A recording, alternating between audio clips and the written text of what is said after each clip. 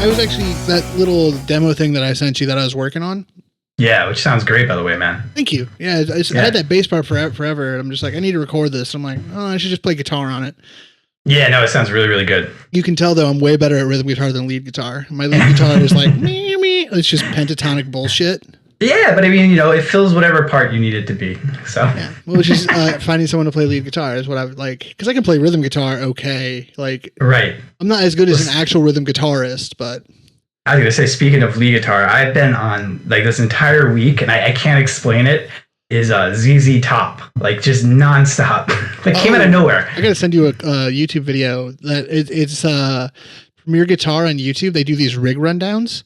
Okay. Oh, that sounds really, really cool. I watched Angus Young from AC/DC. They go like his guitar tech like shows like he has like 9 fucking Marshall heads. That's so awesome. And like how the wireless pack works. The best one that I saw was Brian May from Queen. Oh, he's got to be amazing. Like he just so everybody knows, he built his own amp. Like he's his just guitar. Like super smart. Built his guitar. Okay, yeah. I'm sorry. He plays to I think a Marshall. Yeah, it's so amazing. He also he still plays that guitar. He has like 2 more that are like other people have made trying to replicate it for him. So he has like a string break, or he has one song that's down in drop D. Okay. Yeah. Otherwise, like he plays that one. Like if he breaks his string, he'll play the other one, and his guitar tech is like knows like he just changed that string and switches them back as soon as possible. Yeah, no, that's amazing. He doesn't play with a pick. He plays with a 6-pence coin. Of course he does. Like that's like, what is his rationale with that? It's just like it plays better, or he's able to get. He likes the rounded edge of it. Because like, have you ever tried to use like a quarter as a pick? Like, oh yeah, it's the absolute worst. Oh, it's the absolute worst. You have to, because like, and it takes such like finger sensitivity and like dexterity to like not fucking like rip through your strings. Yeah, because like you want to hold on to the coin just hard enough that you're not going to lose it when you hit the strings, but hold on to it hard enough you almost have to lose the strings. It just doesn't work. There's no give. Yeah, but he's got like a magic perfect amount of balance for it, and his guitar case, like he drops them all night. Like his guitar case, like he has like 6 of them in his strap because like he drops them. He's like a leprechaun, just throwing gold coins out into the audience there. That's awesome. But yeah, he's amazing. When I was back in high school, I used to do that. Like we would connect. And like this is like almost back like just past the AOL days, and like you'd use like websites, and I would try to find like a like a band that I liked, like their actual rig. But like none of these bands were like established, so it's not like U2 or like Queen. It's like the starting line. So like it's just like kids that are my age going to the show and trying to write down what they saw and stuff. Oh yeah, they have Saves the Day on there. I watched their rig. Oh, that's amazing. I watched Bad Religion. Like it's funny, you can tell which bands like aren't like stadium bands, because like Angus Young, he wasn't in that video. Brian May, I was surprised that they actually got to interview him at the end. They talked to his tech to run through the whole setup, and then they interview Brian May about his guitar. Oh wow, so he actually got to speak about it. That's pretty cool. But like the big guys, like it's their tech who runs you through it. But like Bad Religion, them, like it's like their guitar players and their bassist is like, this is my rig, this is what I play, this is the setup. Yeah, exactly. I haven't been to shows in forever. We talked about that last episode. Bad Religion is actually one of the bands that I most recently saw. I saw them in Brooklyn, and oh my god, they were amazing live. I started texting you that night. Yeah, I was like, so jealous. Yeah, that was a great show, man. So, they're so fucking good. They're so like a Mount Rushmore of punk rock. They really are, and like we've talked about them in the past, but like they're all kind of smart. They're like very intelligent guys. Yeah, and, like, what is it? Graffin has a Ph.D. in geology. There's actually a surprising amount of Ph.D.s in punk rock. Dexter Holland from Offspring has one. It's not dummies. Oh, I can't believe I'm forgetting his name. The fucking singer of the Descendants. Can't believe I know who you're talking about. Milo Ackerman. Milo, okay. He has a Ph.D.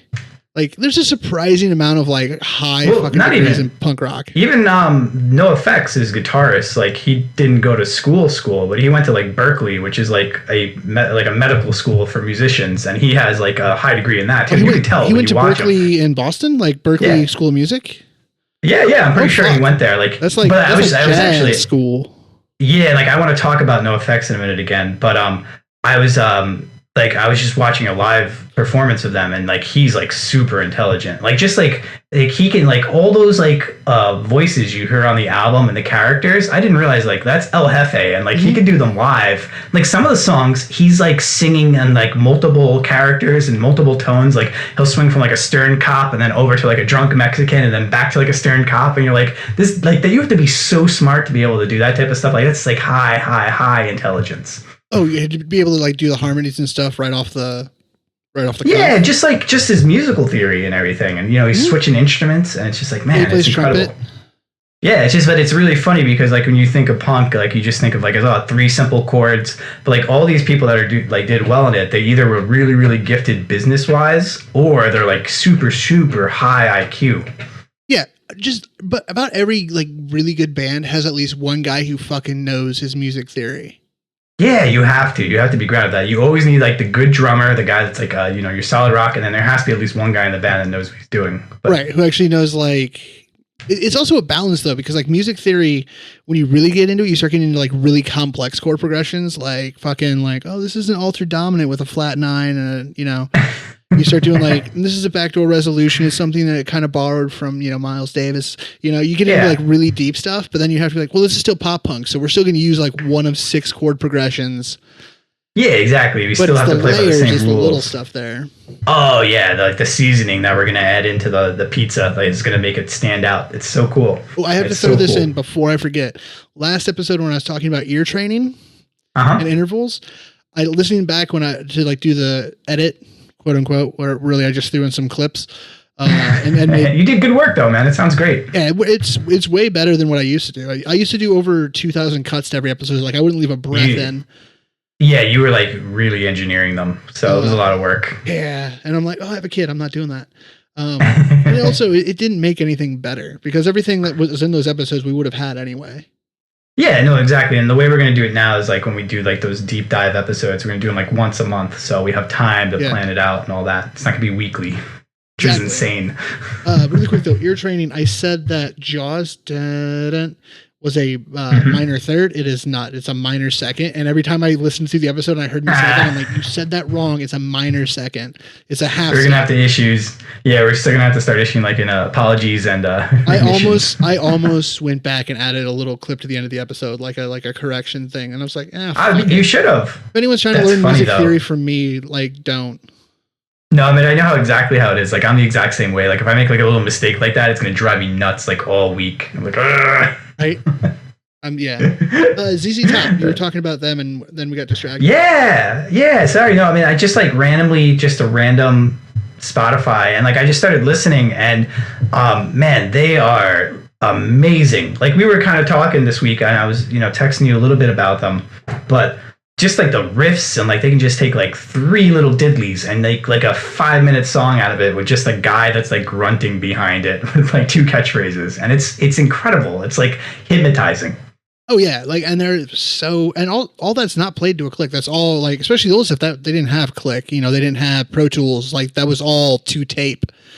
That's so nuts. Like that was you were kind of talking about that too. It just is incredible how like back then musicians used to just go into the studio and just lay it down like 4 or 5 of them, and like that's actually what you hear on the album. Like that's them live.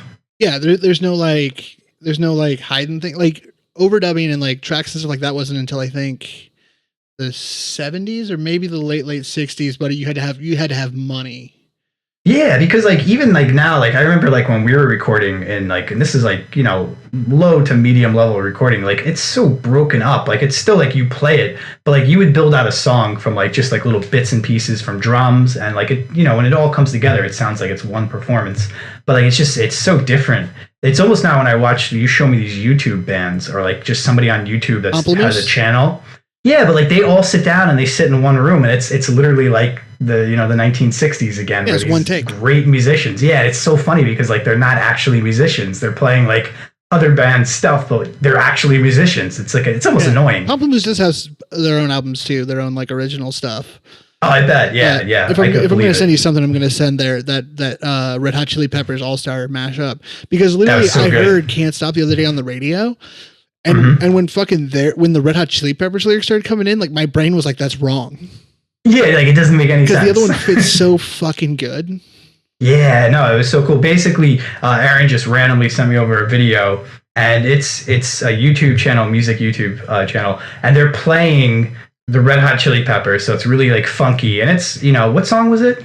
Can't stop your make I think it was Can't Stop with All Star. It's a mashup. Yeah, and then all of a sudden they just start singing All Star to it with this like really monotone, like almost like Isley. There was a band, like an indie band called Isley. It was like all sisters, and they all looked like they wanted to commit suicide and kill each other at any given point.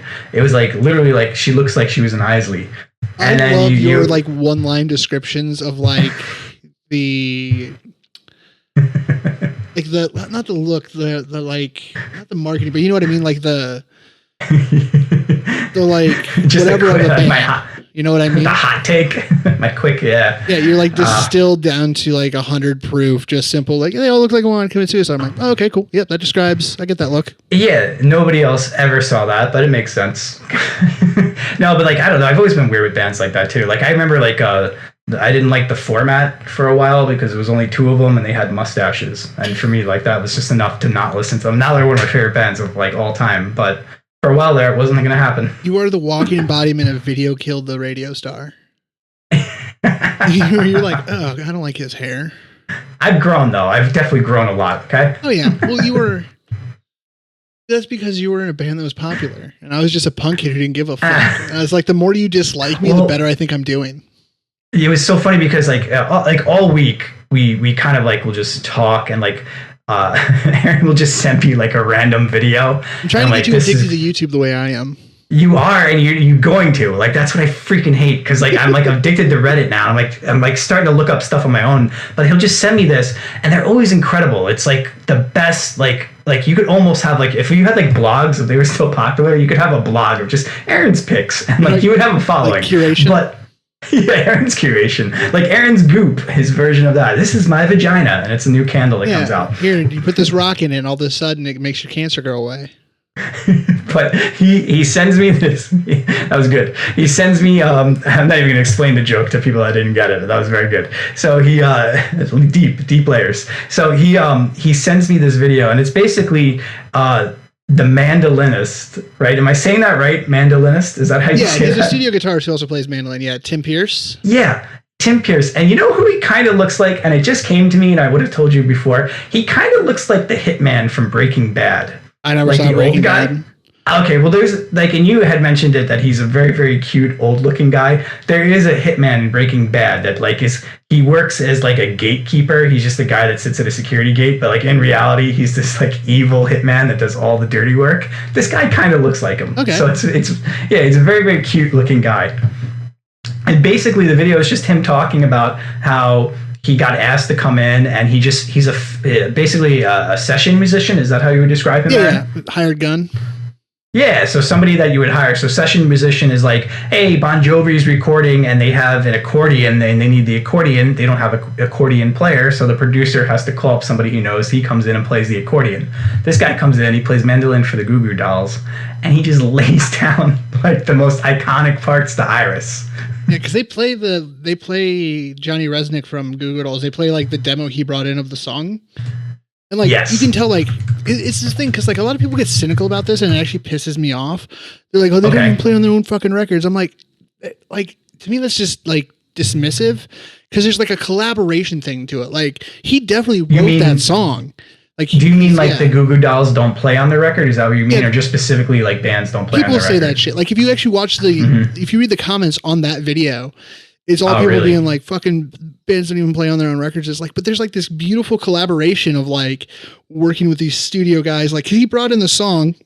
Oh, sure. With the lyrics, the melody, and the chords. Whoa. Like he had like the guts of it. And then you go to the studio and you like build and you expand.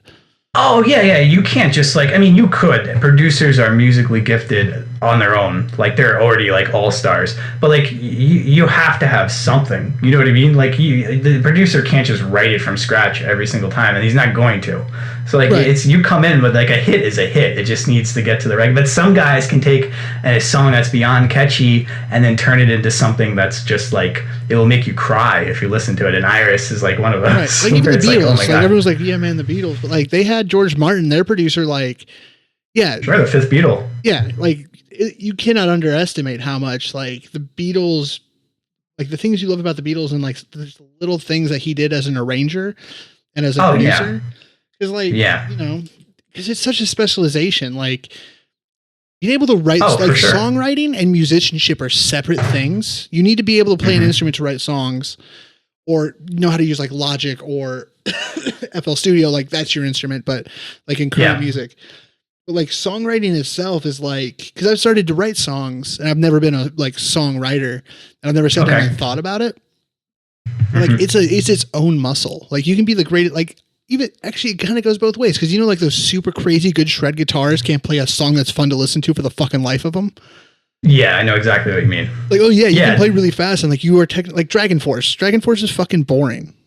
Yeah, no, it's really, really boring. And there's totally differences. And there's people that can barely play their instrument and they're going to write like catchy music every single time. And then there's people that, can actually, they can shred and run circles around you. But then when you sit down and have to write their own stuff, they can't do it. So they're, it's completely like that. Yeah, it's separate skills. And then producing and like the art of taking a song and committing it to stone.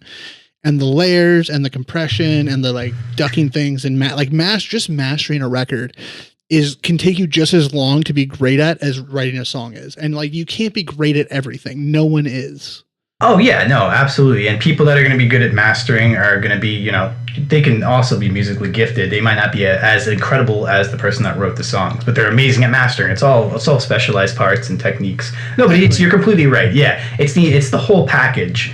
But this guy comes in and he just sits down and he gets to play a mandolin, which is it's a small classical guitar is the only way to describe it. Mandolin is actually, it's more like a guitar meets a violin. It's tuned to the same pitches as a violin, but it's played with a pick and every string is doubled. So, there's two strings, but they're tuned to the same pitch. That's what gives it that really like rich feel to it. Yeah, it's a really, really unique. And so he just comes in, and what cracked me up about this guy, and that's why I love the video Aaron sent me, is he is notorious and known for like whenever you bring him in to do like one little part, he also brings in all of his amps and like everything else he has and sets it up. Everything. So he just sets up his entire collection, and basically he's kind of like almost forcing you to include him in more because you're like, hey, well, everything's here, we might as well just mess around with it, and it ends up helping him. So he sits down and he just in like the first take just punches out like the most iconic little riffs, the descending line on the mandolin. That are in Iris, and it's the parts that are when you listen to it, it's not the singing part, it's the actual music part. It's just like they're so catchy. And then because he has all this stuff there, they're like, you know what, like we haven't done the solo yet. Like, do you want to like just take a crack at it and see what you can do? And he's incredible. He decides to put the slide on and does a whole slide solo. God, but the minute you hear it, the minute you heard the slide solo, I got goosebumps. I was like, oh my God, that was him.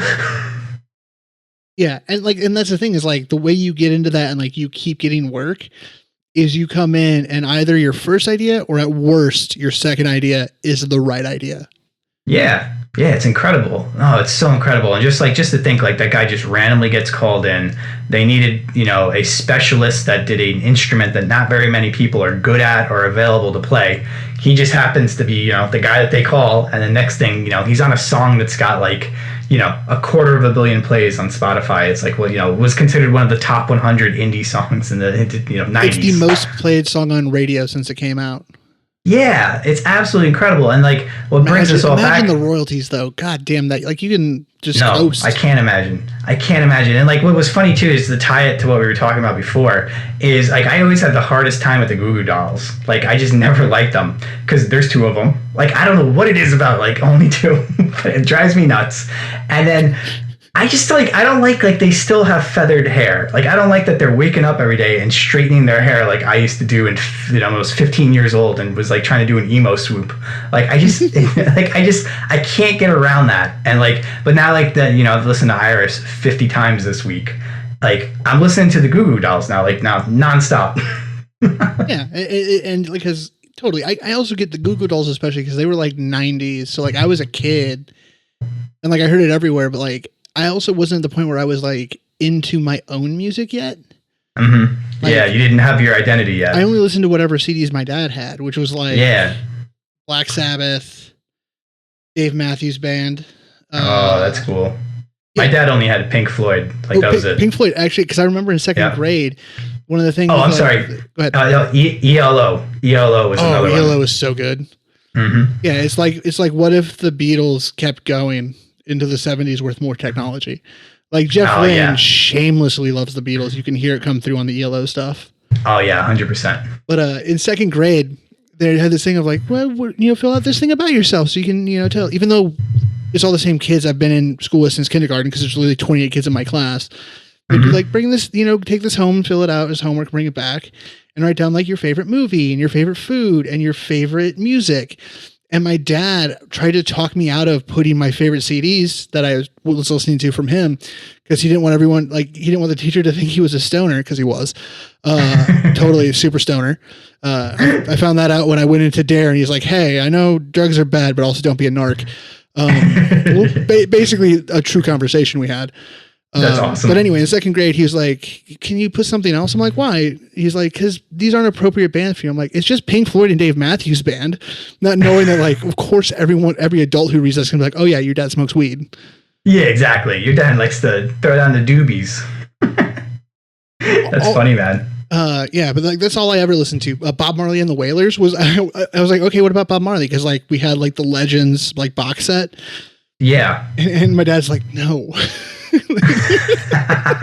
Yeah, no, we were pretty simple. My dad was we had 2 cassettes. It was ELO, because I still remember Evil Woman. It was Evil Woman. Yeah, that. And then a lot of Pink Floyd, which when you're younger, that's some moody shit, man. When you're not, doing drugs, that is that's some deep stuff that, So my stepmom I grew up with, she loved she had these cassette tapes of mixtapes she made for we had this stereo in the cabinet above the dishes and the speaker sitting on top of the cabinets. Mm-hmm. And she would record, had these mixtapes going back forever. And she loved, why am I thinking? It's the band where everybody slept with each other and hated each other. Oh, Fleetwood Mac. Yep. Oh yeah, of course. Yeah, Fleetwood Mac, ELO, she loved that stuff. And also The Night Chicago Died, I remember that being on there. I used to hear Stevie Nicks used to do coke bumps up her butt. So that was always fun. That's fun. Yeah, so. But yeah, that was my biggest thing that I remember. Did you ever make mixtapes when you were a kid? We did. I actually, a guy on our block used to make them. That was kind of his thing. He would make us mixtapes and stuff. And it's actually kind of cool. He would put in between the songs, radio edits of himself, doing commercials and stuff. So it was pretty cool in that sense. I remember. But no, I never really made them myself. So I would make CDs though, mixed CDs all the time. I did that, but I remember being really young and I had a tape recorder, and there's it was the top 40 pop station out of Rochester, Minnesota. KROC 106.9. They would do the top 9 at 9 every night. Okay, cool. And there was a song that came out. What year was this? I'd have to look it up. But it was Pearl Jam came out with this song. It was in the early 2000s when I was 10 or 11. And it was a cover of an old 50s song. It's where could my baby be? Yeah, it's a good Lord took her away from me. I loved that song. And I remember it was on the top 9, but I needed Susie to get a Q. new cassette. Oh no, Susie Q is the dun, dun, dun, dun, dun, dun, dun. Oh yeah, you're right. I'm sorry. All good. It's one of my favorite guitar licks to play. Yeah, right. But I remember that was on the top 9, and I was like, oh, I need to get a new cassette because all my cassettes were full, and I can't erase anything. No, you can't. That's it fell out of the top 9, and I remember I stayed up every night for 2 months trying to capture got it back up there again. And then I got it, and then my fucking Walkman ate the tape, and I literally remember that was your Pokemon, Aaron. Literally, that was your Pokemon. Gotta catch them all.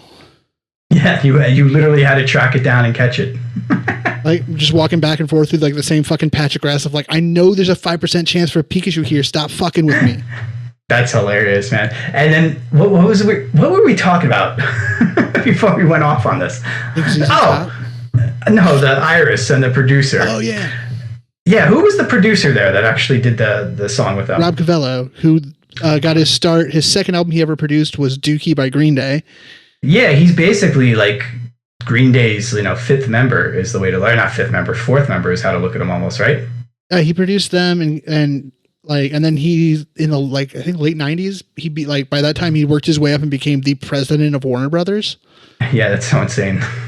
He's in that video and he's just so human, you know what I mean? He's playing guitar, he's just talking and bullshitting.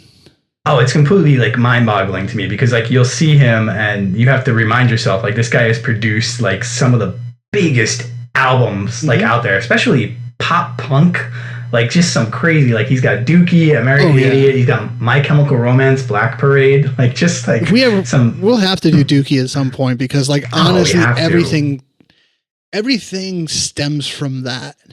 Yeah, no, it's kind of one of the beginnings. Absolutely. Bad Religion getting signed to Atlantic came from that. Rancid, and Out Come the Wolves came from that. Smash came from that. Yep. Because Dookie was 93, and then 94, 95, 96 were all huge years for punk rock. Yeah, it was kind of the kickoff, and everything started to go there. Yeah, no, and and then we get to touch on him too because he's so iconic. He's just an amazing. And you're watching the video and you're just you have to remind yourself this guy is actually he's running a company too. It was just it's a really really cool video. We're gonna put the link up so you guys can check it out. Yeah, you're gonna do that because I don't do that. Yeah, you know what I mean. Just play along, Aaron. All right. Yeah, we're gonna do that. I right before the show was starting, I was watching a video, and we didn't have enough time, or I would have sent it to you. It's really, really cool. I wanted to tell you about it because I think after this you'll probably want to check it out. But Fat Mike is putting on concerts in his backyard because he's bored. I haven't watched it yet, but YouTube's I know you want its algorithm is I know you fucking want it. It keeps putting in my first 3 videos. Yeah, because I think it's because you've been showing me these videos all week. So it was hey, let's throw this one at him. I watched it though. They did what's the album? I'm not the biggest NOFX fan. It's two Hebes. White Trash, 2 Hebes and a Bean. Yeah, they do that from start to finish. Oh wow! And it's incredible. So basically, Fat Mike invited over people that he knows. So in between songs, he's "Hey, we got the driver from Lagwagon '87, huh? Huh?" No one's clapping. He's all right, just me. He's tuning his bass, but it's just he's pointing out who's who in punk rock, and you just get to see his house, and it's to me it's fascinating because you forget Fat Mike has got more money than a lot of people combined. The guy is beyond rich. But I'm watching it also and the way never going on a major label. Even Rancid had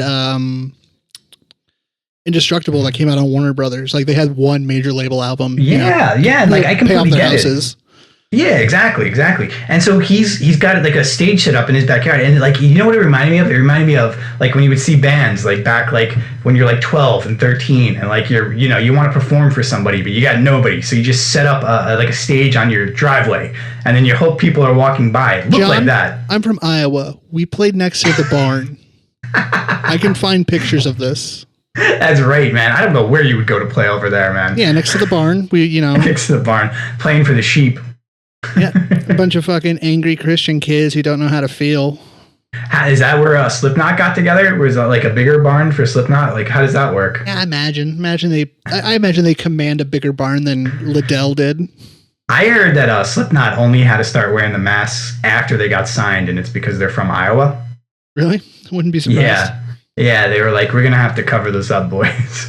So. Yeah, we don't need people to know that you got a big thing of chew in your mouth while you're fucking playing bass. Yeah, these facial complexes are only for radio, so we're gonna have to put some masks on these guys. What's his name? Dude from Slipknot that's also in Stone Sour. I'm just gonna name the only one I know, Corey Johnson. That's not even it. It's Corey Taylor. He's the drummer. God, what's the lead singer? Corey Jacobs. Corey Matthews. Mr. Matthews. Mr. Matthews. Mr. Feeney. Oh, man. I miss that show so much. I'm scared to go back because I don't know if it'll hold up. What? Boy Meets World? Yeah. Watch when you go back. Corey Taylor he's the singer. who am I thinking of? Who's the fuck? Did I actually get his name right? Are you kidding me? No, you said Corey Johnson, but you got as close as you usually. You can't give it to me, man. You couldn't just give me that. That would have been so nice. It would have boosted me up. I would have felt amazing. That's not my place. Not my role. Who's the fucking drummer? Number 8. Right? Aren't they all drummers in that band? Like even the guitarist, don't they like bang on stuff? They the whole have band. 2 drummers. It's like a drum corps, the whole band. I think Corey Taylor? I swore Steven Tyler. Steven Tyler? It's gonna drive me crazy because like I remember like he had his own line of sticks. Joe Bonham? Is it Joe Bonham? Joey Jordanson, that's what I was thinking of. Joey Jordanson. I was saying Joe Bottom. My bad. Whoops. Close enough. Close enough. What would be your... I had this written down as a topic just because I thought of mine. What would be your... Well, hold on. I wanted to tell you about just finish up with the NOFX thing real quick. Sorry. Yeah. No, you're fine. You're fine. So, you gotta watch it though because it's absolutely fascinating. Yeah, but I heard they suck live. They do, but I mean, no, they're actually pretty good. Like they play, but he's playing like for like his friends. But just it's so Fat Mike because he doesn't remember the songs. So he's got like kids coming out, and it's not coordinated or anything, but like little kids, and they're basically just taping down. And he like went on to Microsoft Word and then put it into like font size 72 and just started typing out his lyrics, and then printed it out sideways. And so like they'll come down and tape it down, and so he can read the lyrics. And then after the song is done, they'll run out almost like people at a tennis match. They run out and get the ball. They run out and rip it off, and they put down the new one for him, and then run off to the side of the stage. It's just fantastic. But he's talking shit about so many bands, like in between songs, dude. Really? Yeah, like at the beginning, he's like, "Hey, we got the old manager Rick from Blink-182," and then he's just like us. He's like, "Tom DeLonge's not in that band anymore," and then he like kind of walks away, and he comes back. He goes, "Tom DeLonge's not on planet Earth anymore," and he just like goes back and starts tuning. I'm like, what was that? It's so great, man. I have it saved to like watch watch later, which I never go to that playlist, but if you tell YouTube put it to your watch later, it'll keep suggesting it, so I'll watch when I get to it. Let me know too if you think Fat Mike and Hefe hate each other. They seem like they're almost like when they're nice to each other, it feels like Ellen like being nice to somebody. There's something behind it, and you're like, these guys want to kill each other. They really don't like each other. Well, they're also, when you're in a band that long, like they even kid around in between songs and stuff. They're like, "Oh, we don't hang out," and then like every time El Jefe gets a chance, he's like, "Oh, did you start a new business, Mike? You making more money?" It's just like they really like. It's funny, but you're like, oof. Like it almost at some points, Aaron, I felt like I was like watching a couple. You know, like when you watch a couple that kind of hates each other, and you're like, ugh. And you're just like intently staring at the cheese you're putting on your little tiny fucking plate, being like, yeah, oh god, I hope this doesn't go further because like I'm not picking sides. I love both Brian and Julie. I'm not doing this. Yeah, I don't want to make eye contact. It felt exactly like that. And then you try to change the subject really awkwardly of like, is that new paint? And they're like, no, because he won't paint. And you're like, fuck. Yeah, but some of these songs they hit, dude, you can tell like because they're just like they don't remember them.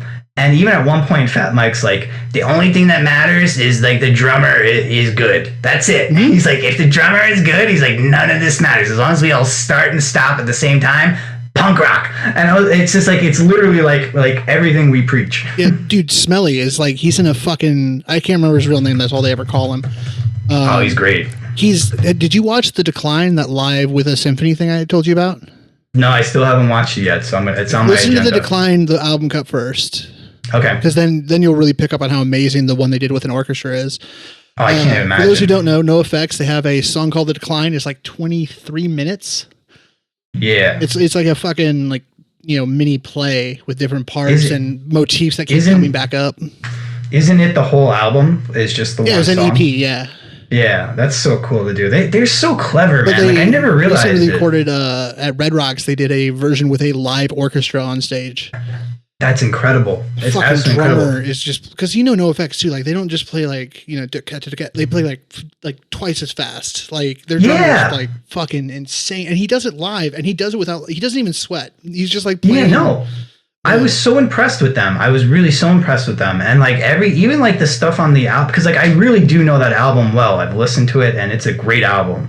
And just like hearing like their songs back then too, their songs were like just so like clever. And like you kind of get to hear like, because Fat Mike like hates everything. He'll just be like, this is like when we were trying to be like Operation Ivy in '92, and like they'll just play a song, and you're like, yeah, that's exactly what it is. But it's a good song. But you're like, yeah, it makes perfect sense. Yeah, it is. It's hilarious to me how rich Fat Mike is, and how much like he tries to dress and live his life like he's not. No, it's the house is like, it looks like a big rancho. He's got a big pool. He's got tennis courts like behind the people. It's like, I thought they were playing in a cul-de-sac. And then like when they zoom out, you're like, oh no, that's his freaking backyard. And he just painted different sections of his house different colors because he's Fat Mike. So it looks like they're different houses. Right. But it's all his. Because when you have that much money and at that age, the only people you can rebel against is like the housing committee.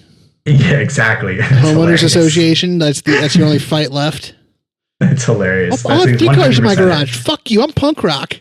Yeah, but I gotta give it to him, man. Like just watching him on stage in his backyard in front of his $18 million mansion, like he's just a happy guy. Like, and I get it. Like he's just cool seeing people like that, just like success. And like even like they'll play like a song and the song ends with a fart noise, and then like they're like, that got us 35 years.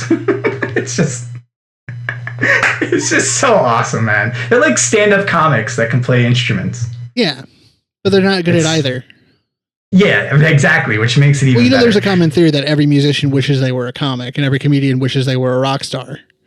Oh, yeah, I can totally see that. 110%. Speaking of which, this is totally random, but I didn't know this. Bill Burr did a show in Clear Lake, Iowa, which is by where I grew up, at the Surf Ballroom. Oh. Which is the last place Buddy Holly played before he died. Uh-oh. Yeah. You know when music died. Did Bill Burr die? No. Are you about to tell me Bill Burr is dead? I literally brought this up totally to be about me, just because I've also played on that stage and I thought that was really cool. We're doing only audio versions of the show, but Aaron and I are, we're streaming. And when he was saying that, he kept looking out of the side of his eyes like he was reading a hard copy. Like somebody, like Janet, his wife, just slipped him a hard copy that Bill Burr died or something. I was getting really nervous there. Getting ready for the news of like, and in other news. In other news. We're not streaming, we're just on FaceTime, but. Yeah. I would stream this because I love the idea of nobody watching. Oh, yeah. No, I'm completely cool with that too. I like that idea. So what else is new with you, Aaron? Not much. I'm happy because speaking of Fat Mike, I just found out today that he did. Do you remember I don't know if this wasn't really your scene, or this wasn't like your scene of punk rock back in the day. There was this thing, there's a record label called BYO Records. Never heard of them. Yeah, me neither. Except for they put out these things called the BYO Split Series. Never heard of it. They would take two punk bands. And they would have like, each of them would cover 5 songs of the other one. Oh, that's kind of cool. So there's one back in the day of Rancid covering NOFX and NOFX covering Rancid. That's really, really cool. Which is fun because then you get to hear like you hear Matt Freeman it up over some NOFX songs. Like, I don't think that's how the bass line went, Matt, but I like it. Just really like showing them how it's done. But on Fat Wreck, I don't know when this came out. It was in 2020. One of my favorite like musicians of like the last couple years, Frank Turner. He's like does like singer-songwriter stuff, but he used to be in like hardcore bands. Okay. Now he does like more acoustic singer-songwriter stuff, but it's still got some good edge to it. Yeah. He did a split with NOFX on Fat Wreck. If he covered 5 of their songs, they covered 5 of his. That's so cool. I just found out today, and I've been loving it. He covered a scavenger type thing. Oh, dude, I'm gonna have to check that out. That's amazing. It's really good. Yeah, no, that's so cool. That's so cool. I had my brother call me yesterday, and like I had to make some notes because I was like, I'm definitely gonna tell Aaron about this. So my brother calls me, and he doesn't call me often. So for him to just call me out of the blue, I'm like, uh-oh, like something serious happened. And I pick it up, I'm like, hey, what's going on, Mike? He's like, I just gotta tell you something very quick. after Bleed American in 2001, it was all over. And I was like, oh, okay. Like, what? What does that mean, Mike? So, is that Jimmy Eat World? It's Jimmy Eat World. That's what it is. So, yeah, that's very good. I don't like Jimmy Eat World. That's like, I'm impressed. So I'm like, what does he mean by that? So just to give you a quick thing about my brother, he's very like resolute. So he just like, he knows what he likes and he likes what he knows. Mm-hmm. And like, there was like one night we all went out to Italian dinner. He was visiting up here. And he's not a picky eater, but he's grounded with his eating. And I remember I got him to eat truffle honey, which he's never had before. And if you've ever had truffle honey, it's like amazing. It just feels like fireworks going off on your taste buds. And so he's like dipping bread in it and he's eating it. He's like, oh my God, this is amazing. And he's just getting more of it. He's eating it. And he's getting a little drunk. He's got like 1 glass of red wine in him, a glass and a half. Finally, he asked the waitress, he's like, what is this? Like, I need to get this. And she's like, oh, it's truffles, like mushrooms. And he just like freezes and he looks over at his wife and he's like, mushrooms. And he doesn't eat mushrooms. So all of a sudden now truffle honey is off the table. So he can't eat it. He's not allergic to mushrooms, but his reaction was as if he were. Yes, exactly. He's got foods that just they're no foods. Like they're no-goes, like eggs, mayo, mushrooms, just random things. Things that are usually amazing. Yeah, no explanation. Mike, just fuck you. Eggs are amazing. It's just the way it is. So when he calls me, he says this with Jimmy Eat World, I perk up because he's giving me like The Wire. He's giving me like some really good stuff. Like every once in a while, like Wire, there's nothing else after that. You don't need to watch TV. And you'll watch it and you're like, okay, that was a really good show. Or Hamilton was another one he gave me. He's like, oh, Hamilton, you listen to Hamilton, you don't have to listen to Broadway ever again. So he thinks Jimmy Eat World was the pinnacle of pop punk. Basically, Bleed American. Everything after that was that. And I gotta tell you, when he told me it, I was like, But I do have to say, it is a very, very polished album. It's very, very radio friendly. Yeah, I was sorry. I was just thinking, is Jimmy Eat World pop punk? Because I don't know. Like that's like what I was trying to figure out too. Yeah, like I don't know if I would like consider them emo. Like they're like one of those who played like pop punkish stuff on the radio and was pretty emo. Because I was a punk kid, I'm like, fucking emo. You see, with them, like they're weird, and like I was actually thinking about it yesterday, and the reason why like they're such a weird band is because we never got to see them like starting off. You know what I mean? Like they weren't like, like when you'd see like this Taking Back Sunday, you could see Taking Back Sunday at like a VFW or like a venue that was only like 200 people, like a small venue. But Jimmy Eat World was kind of past that point by the time we were into that type of music. But they weren't playing like arenas. They were only opening for bands in arenas. They never could do arenas on their own. So it's like this weird purgatory where like they could only sell out House of Blues, which isn't a bad thing. But you never saw them smaller or bigger than House of Blues. They also, you know what I mean? Like if you're not into like this scene, you're not into pop punk, like the only song of theirs you would know is probably The Middle, right? Yeah, that's off Bleed American. That's the single. Yeah, like I just know them because they were on like the Burnout 3 video game soundtrack. Well, but it was really funny because my brother said like it was the pinnacle. Like obviously that's debatable, and I don't know if this would even be in the debate, but it was interesting to me because like back then, like one of the bigger record labels at the time was Drive-Thru Records, which we've talked about in the past. Mm-hmm. And their favorite band was Jimmy Eat World. And like literally I remember in interactions, like they weren't like, they would like it if like you had a little bit of a Jimmy Eat World influence to yourself. And they kind of shaped the music back then. So it's kind of funny that my brother thought that was like a pinnacle album. Yeah. And really in reality, one of the record labels was in love with that album, was kind of, directing their style of music, which overall became the bigger one. It was just fell into that is how everyone knows the peak of pop punk was obviously Boys and Girls. that's like to me that's when they started adding like sugar on top of sugar. Like that's when they were trying to keep Fuse TV relevant. That I gotta tell you though, that song Fuse TV relevant, that's awesome. That song is catchy as anything. What's their one song? Throw it away, forget yesterday. It's a great pop song. We played with them. We played with them in Orlando. We had opened for them. Kind of jerks. Really? Oh yeah. This is like a venue that could maybe do like 150, 250 people. It wasn't a very, very big venue. Very, very small, like small. And like they came in with their leather jackets and kind of acting like they just played the arena. You know what I mean? I mean, they were big, but they just like they had an air of arrogance to themselves. They were big at the death knell of pop punk. Yeah. Like the place we played didn't have a green room. I don't know why I'm thinking of this. I think it's just because it's like the same era, the same time. But like I just remember the band Red Jumpsuit Apparatus.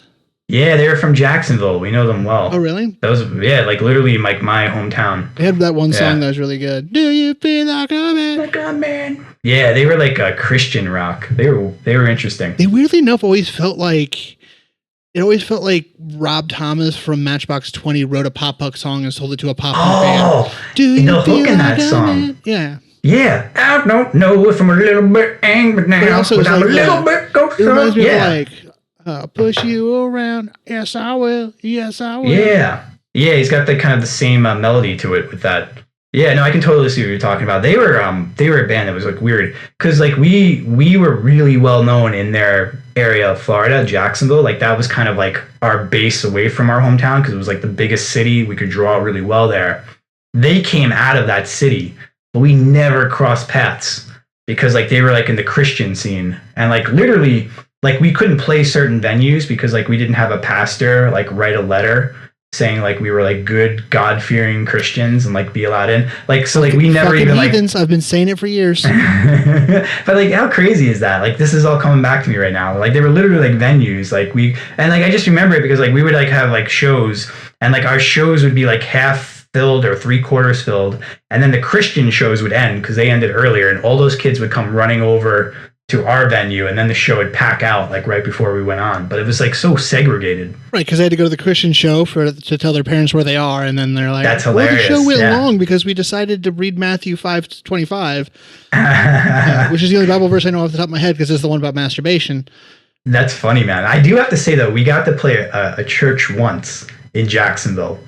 And it was the most money we ever made on merch. like literally, like we went from like every show we'd make like $200 selling shirts. So it's like selling like 10, 15 shirts or whatever. $200. Like I'm sitting here jealous. That show we made like $3,000. And like that was like we were still in high school and we were like, what the fuck just happened? Boys, we doing whippets tonight. Yeah, exactly. These Christian kids are incredible. I had to explain to my wife what whippets were. Oh, really? I can't remember. There was something. There was a TV show or something we were watching that referenced whippets. And like, how long ago was this? A couple weeks. Because a couple days ago I was in a Quickie Mart and somebody came in and bought the refills, and I was like, why the fuck? Like, what is that? Like for like an airsoft gun or something? And I looked it up, and I was like, to make whipped cream. I was like, why would somebody? Oh, he's going to go abuse those canisters. Or he's going to make some delicious pies, but he's probably doing whippets. Yeah, why would you need 8 of them? He's totally doing whippets. Especially if that's all you're buying. It's like if you go into a store and you buy just a funnel and clear tubing. Yeah, it's like you need to go in a trench coat. You're making one like thing. Because it's never like, oh, I got to fix my car. Where are your funnels and clear tubing? That's funny. How excited are you for SKATOBER? Oh, I'm very excited. Man. It's coming quick. In fact, I didn't even realize it until we started doing the show again that it was coming up. I forgot it was a thing because until I listened back to a past episode. It's a big thing. Was this show any good? I like this show. Yeah, SKATOBER is a tradition at this point, as far as I'm concerned. For that one October we did the show for. I've been listening to a lot of ska lately because it's SKATOBER, but it's just natural.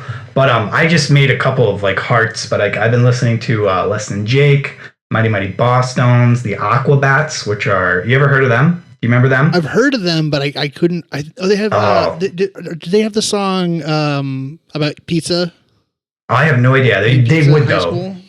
If there's maybe like best day of the week. I think those Aquabats. There's got to be like they would dress up as like superheroes. Isn't the band that Barker came from? Maybe. Wasn't he in the Aquabats before he joined Blank? I have no idea. My whole thing is with the Aquabats. I don't even know who's in them or anything. I just know like on Spotify every once in a while like a song will come up and I'm like, this is good and quirky. And then I look at it and I see the costumes. I'm like, oh, of course it's these guys. Yeah, he was a former drummer for them. That's incredible. Oh, wait, that's right. Travis Barker. Right. Yeah, that one. Dude, that completely went over my head when you just said that. He was in the Aquabats? Like, what the fuck? I completely forgot about that. Yeah. Oh, man. And then they got some Goldfinger, some Streetlight Manifesto, some Goldfinger's interesting, because where does Goldfinger fit? Are they a punk band or are they a ska band? You know what? That's a good question, because what makes a ska band? A ska band, do they have to have horns? Well, that's the thing, or is it just that syncopated, top three strings? Chords? Yeah, the upstroke. I don't know, man. That's a good question, because I wouldn't say Rancid is a ska band, but I would say they definitely have reggae and ska influence. Absolutely. Because their album Life Won't Wait is pretty much straight dance hall ska stuff.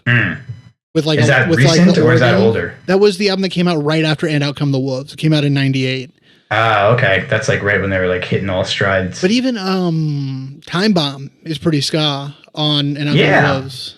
Yeah, it's weird. I think bands can have ska influence. It's almost like if you do any ska influence, you can just cut into ska whenever you want. You know what I mean? Yeah. Oh, there's a great ska band I gotta send you. They're actually on Hellcat. Okay. I'll send you the song She Got Arrested. They're called The Interrupters. Okay. They're so fucking good. I've never heard of them. Great straight ahead ska. But they don't have any horns, but they're definitely ska. Okay. I remember there was a band that I used to love that was on Fueled by Ramen. And this was one of the first Fueled by Ramen bands. Back when Less Than Jake was on Fueled by Ramen. And they were called The Impossibles. And they were emo / ska. They would go literally half the song would be ska. And then half the song would be emo, and it would just go back and forth. And I just love that stuff. That's so crazy too. I forgot Less Than Jake started Fueled by Ramen, the drummer from Less Than Jake. Vinny? So crazy, man. Yeah. Or is Vinny the singer? I don't know. Nah, I don't know. Who knows? Oh, but job. I can't wait though. It's gonna be a great SKATOBER. So, and we talked about last week about doing AFI, but I think we're gonna push them more towards the end of October. Yeah, that makes sense. That's the goal. This is the question I was going to ask earlier. This is the only thing I wrote down for this week.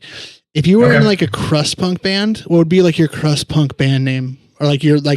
It's fucking Derek Piss and shit like that. What would be your crust punk name? That's a good one. Because I got mine. This is the reason I'm asking you, because I thought of one that is very current day would be my crust punk name. You see, I would I kind of always go with my gut. The first one that comes to my gut is Shirley Temple, and I don't know why. That would be my stage name. It's got to be something crustier of Yeah, that's not good enough. You know what I mean? Yeah. That's not good at all. It has to almost be a roller derby name. What is yours? Maybe that will give me some inspiration. Dan Pemick. Dan Pemick.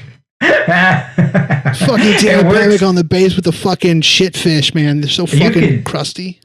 You could be in the misfits of that name too, Dan Pemick. Yeah. I it works because it's a real name, but it's also not your name. So I think that makes it even better because you're Aaron, and everyone's gonna think your name is Dan, and you just added Demick to the end of it to build off of it. Yeah.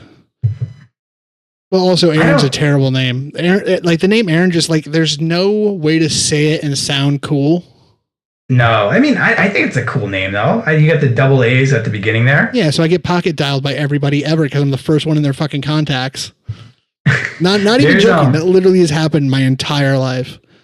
That's hilarious. No, that would make perfect sense. There's a band that's based out of New York that is really big in the crust punk scene. They're called Leftover Crack. Mm-hmm. They used to be on Hellcat. Yeah. I've been seeing them a lot too. And that's how I started to kind of see Days and Days a lot because we'd go to Leftover Crack shows and she married him, although I think they divorced already. But she ended up marrying the lead singer of Leftover Crack. His name is Skizza, like the Wu-Tang Clan. So it's SCA. This is how his name is. But that whole scene is fascinating. It's just the whole thing is just absolutely fascinating. It's always fun when not showering is part of your band's sound. Yeah, it's almost cheating. Yeah, right. Like, oh, they're so organic. It's just absolutely insane. But the whole scene, though, is just like it's like one of the better scenes in the city. Believe it or not, the crust punk scene. I imagine close knit. Yeah, like, I mean, we see them all the time. Like, if you go into the East Village, they're always like, out begging and stuff. At least the traveling crust punks are. But I believe roving. I believe they're called roving punks. The roving punks, but it's just like just to take that not hillbilly. That's not the right word. They take hobo, like that hobo lifestyle. And when I say hobo, I think I mean the term like person that jumps trains, which is what I'm looking for. I'm looking for that. Yeah, I want the guy with the beans stick out of a can. Yeah, I want the guy with the stick, and then he's got like the knapsack like tied to the stick. It's called a bindle. The bindle stick. The bindle, yeah. Eats beans out of the cans, exactly. He's got gloves on, and he cut the tips off the gloves. Right. Like, I want that. He has like a red handkerchief in his pocket, but he and like when you run away from home, he's like, "You don't want to end up like me, do you?"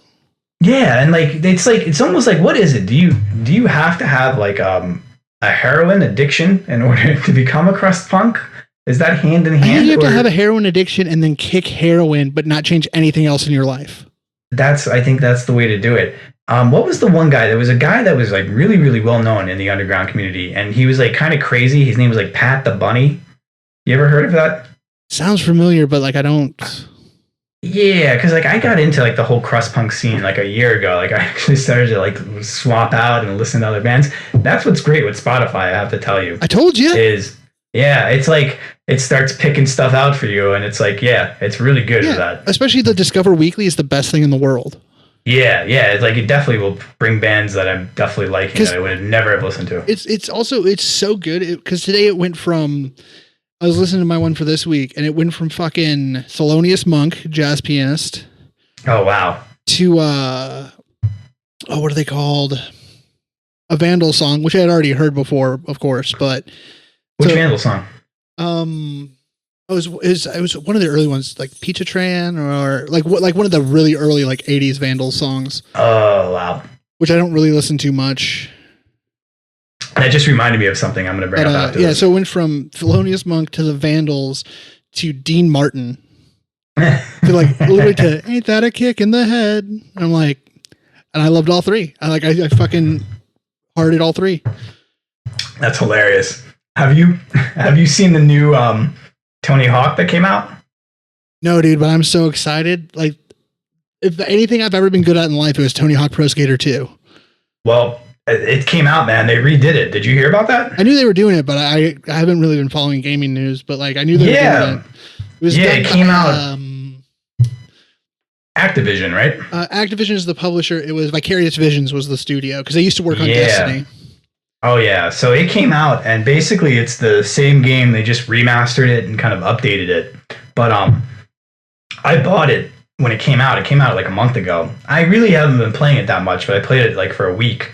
Oh my gosh, it was like a blast from the past, dude. It was so awesome. I was so good at that game. Like, I suck at it because like it's like a 2-minute like run for the level. I used to be able to from beginning to end do one trick like chain the entire time. Oh, you're one of those guys and just get all the combos racked up and everything. I'm lucky if I can get skate. If I can get SKATE, I'm done. Like that's like a win for me, dude. It's like, oh this god. Level, the secret stuff, like in the first level, if you grind across the helicopter propellers, opens the secret room. Everything. Oh yeah, everything's there. And they added some tweaks here and there just to kind of like, get people like you that actually remember that. So like, but they have all this stuff you remember, but like it's the music too. It's not all the same bands. They updated it. So it's like they'll throw in like, yeah, like I was kind of hoping at first that it would only be the original soundtrack. And the fact that they did add in some new bands, I actually ended up liking it because like it's starting to become like ingrained in you the way that the old soundtrack was. You know what I mean? Yeah. Yeah, it's so cool though. But the way it works out is the game like opens up, and it's the beginning of the original Tony Hawk, like the video that they played at the beginning. And then what the video does is it starts going, and then all of a sudden it cuts to now. And it's like in now's graphics, and it's all computerized, and it's like, oh my god, that was so cool. Yeah, it's so cool. It's so cool. And they added in a few more skaters, and then all the skaters are their age now. So like if you're Tony Hawk, you're not the Tony Hawk from the late 90s, you're Tony Hawk now. That motherfucker can still skate though. It's fucking insane. He's in such good shape. Yeah. He did. And it's on YouTube, of course. Yeah. There's a video of him when he turned 40 of still being able to do a 900. Oh my gosh. It showed, it's like a 14-minute video, and it's literally just like cut together attempts of him trying to do it. He fucking eats shit like so many times and then like gets back up and fucking goes again. That's why he's Tony Hawk though, because he just keeps getting back up until he spins 900. He's amazing. Do you ever like check out his Twitter? No, I don't think so. It's hilarious. It's just him going up to people that don't know who he is, but then say like a Tony Hawk comment about him because he has a skateboard. So like basically like he'll just go up to somebody and like he'll be like on a plane and he'll be like, the flight attendant just said, "Who do you think you are, Tony Hawk with that skateboard?" And then like, the next clip will be like him telling the flight attendant he's Tony Hawk. Oh, my favorite one. Oh my God. I saw him talk about it in an interview. My favorite one was he went through TSA and they read his ID and it says Anthony Hawk. And like, oh, Anthony Hawk. That's almost like Tony Hawk. Yeah, yeah, exactly. I think I saw that one too. Yeah, exactly. It's so funny, man. Because like when you think about it, like unless he has such a tight demographic. Because like the name is known, everyone knows Tony Hawk. Yeah, name is actually Tony Hawk. Yeah, unless you come from like the jackass like generation, like you're not gonna really know who he is. And you just rolled your eyes, which I love because I said the jackass generation. Yeah, but fuck you. Fuck you, it's the jackass generation. So God, I still like what was it? Viva La Bam? Like that show seems so made up to me because every episode his dad should have beat his fucking ass. Yeah, there was but even like I always thought that like that was a little like the Kardashians and all that. It always seemed fake to me because I'm like, oh, if I put fireworks in my dad's car to go off on his way to work, he would get out of the truck, come home, and then beat my ass with a 2x4. Like, yeah, like I always heard like weird stories with Bam, like maybe he was adopted or something, or it wasn't a good family. Yeah, it was weird because like I guess like he got rich really young. I guess like when you're 17 years old and you own 2 Ferraris because you're like a right. I have to remind my wife that we were watching Ultimate Tag. Mm-hmm. Did you hear about Ultimate Tag? No, I don't even know what it is. It's on Hulu. It's the fucking best. It's literally the game of tag, but like in an arena, and it's hosted by fucking JJ Watt and TJ Watt and Derek Watt from the NFL. Okay. And it's literally tag, and they have like professional taggers who are like people like parkour champions and shit. Yeah. And regular people, but anyway, and you'll love it because all of the like professional taggers have like a like wrestling persona. So it's like horse or caveman. I love that. Like the overindulgence. Yeah. But we were watching it and like they always have like a little bio of each contestant of like, I'm doing this for my son. But they always have some that they're like just really cocky douchebags. Like I always just remember my wife, I'm like, yeah, but he's 19. Like, who wasn't a piece of shit at 19? Yeah, you don't know any better. Like, oh man, I would hate to go back and see me when I'm 19. I apologize to everyone that I haven't seen since I was 24. Like, if they saw me before 24 and I haven't seen them since then, the first thing I do is go, I'm sorry. That's funny. I mean, you're better than me. I would apologize to anyone before like 31. Yeah, I should probably update that a little bit. No, because I moved to Madison at 24, and I was pretty decent in Madison. I was a little bit of a dick, but it was deserved. Good old Madison. Do you miss it up there? Oh, all the time, yeah. Yeah? Do you still talk to anybody you know from Madison? A little bit, like on Facebook and stuff, but I don't talk to anybody. Like, I talk to you, I talk to my wife. And especially when quarantine happened, it started to fuck with me because like my wife would come home and she would like start talking to me because she knows she has a partner in the ambulance. Like she's talking to people all day. She'd come home and like I literally hadn't spoken that day to anyone. Like, I'd wake up. Dude, I've talked to my daughter a little bit like in the morning, but like that doesn't count. No, that's like me it's talking not a conversation. To Bronx. Yeah. Especially when she was really little. I would take her to daycare, I'd come home, and then I'd work until 4. She'd get home, but she'd be talking like really conversationally, and I'd like I couldn't acclimate because I'm like, I literally haven't used my voice today. Yeah, exactly. No, that can be rough, man.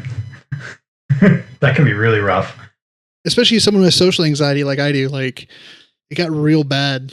Because even just like going to the bodega, like it would take like, gotta work myself up a little bit just to like go buy a fucking pack of cigarettes. Oh, I've been like that in my past. Like, I'm not as bad now, and I go through phases. But like, there's been times in my life where, like, I remember like when all my friends and I had a house together, and like I would go over like my aunt and uncle's house, and like everyone would come over. There'd be people hanging out at our house. I'd come back, and I would just sit in the driveway because I couldn't handle the fact of like going into the house and opening the door, and then everyone stopping and looking over, and like multiple people seeing me. Like, to me, like that was too much. Yeah. Or like I would have people buy me stuff in Walmart. I'd be like, hey, can you get this? It's like a video game. And I just wouldn't be able to go to the cashier to check out. You know what I mean? It feels like I don't know, like social interaction is really draining.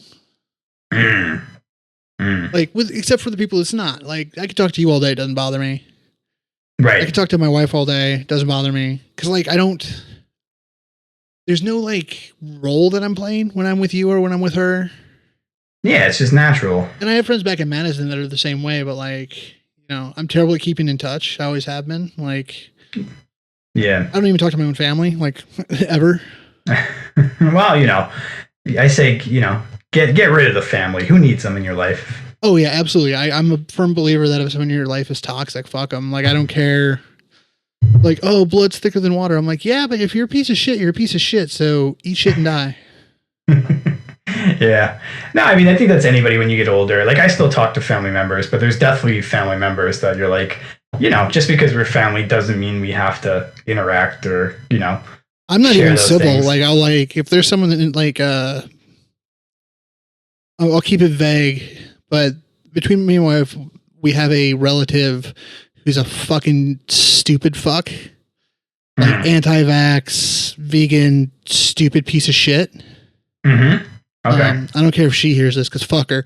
And like me and my wife have agreed, and like, and I've been very clear of like, oh, when we go back to Iowa, if she shows up wherever we are, we're leaving. Like, yeah. I'm not going to say goodbye. I'm going to just pick my daughter up and I'm just going to leave because I'm not going to be in the same room with this fucking human being.